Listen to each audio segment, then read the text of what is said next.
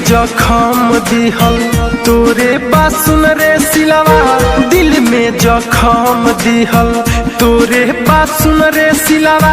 पीठ पीछे वार कइले घोप दिहले गम के किलवा, दिल में जखम दिहल तोरे बासुन रे सिलवा, दिल में जखम दिहल।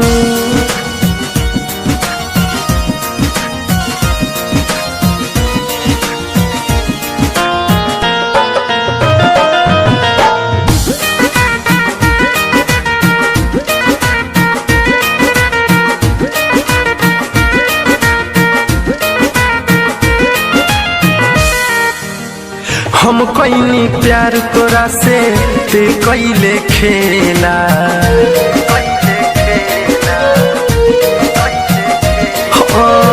हम कईनी प्यार तोरा से ते कईले खेला। बीच सफर में छोड़ले कईले अकेला, पागल बन के घूमी बुझले ना हमर फिलवा।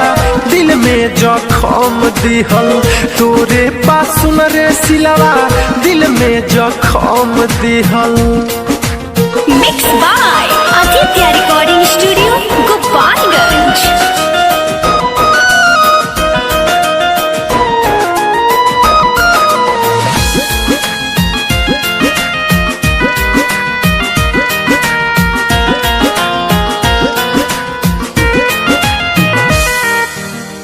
तू मनदीप के देखल चाहेलू ना सूरज, चाहेलू ना सूरज। राहुल प्रिंस के देखल चाहेलू ना सूरज। अब कहतारू भूल जा नइखे जरूरत। दीपक दीवाना संगे प्यार नाते कइले लीलावा, दिल में जखम दिहल तोरे बासुन रे सिलवा।